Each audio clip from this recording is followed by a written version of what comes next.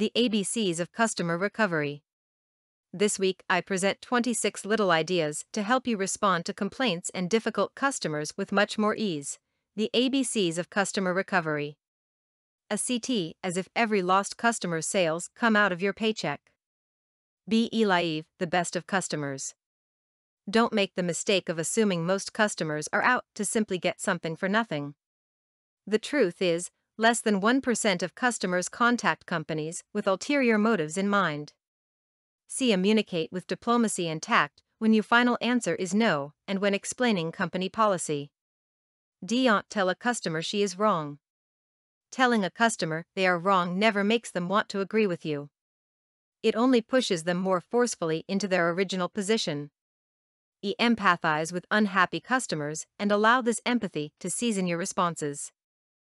Find a way to say yes to customers. Instead of saying no or telling the customer what you can't do, think critically about what you actually can do. Give a token item such a coupon as a concrete form of apology. Have a sense of urgency. Demonstrate with your words and speed of response that getting to the bottom of the problem is just as important to you as it is to your customer. Involve customers in the problem resolution process. Sometimes it's very helpful to simply ask, "How do you see us resolving this?" Jot down the customer's name and details of the problem they are describing so you don't have to ask the customer to repeat information. Keep customers apprised of your timetable and progress toward resolving their problems. Listen with the intent to truly understand your customer, not with the intent to interrupt, reply, or correct. Monitor your customer service calls to ensure your tone is friendly, helpful, and willing. And negotiate resolutions that balance both the interests of your company and your customer. Open the door with unhappy customers with open-ended questions. Make your questions demonstrate a sincere interest in better understanding the customer's problem or experience. Put yourself in the customer's shoes. How would you feel if the exact same problem happened to you? Quickly apologize. Apologize both when the company is at fault and even when the customer is responsible for the error. An apology goes a long way in creating calm, diffusing anger, and regaining goodwill. Recognize that the issue is not the issue. The way the issue is handled becomes the real issue.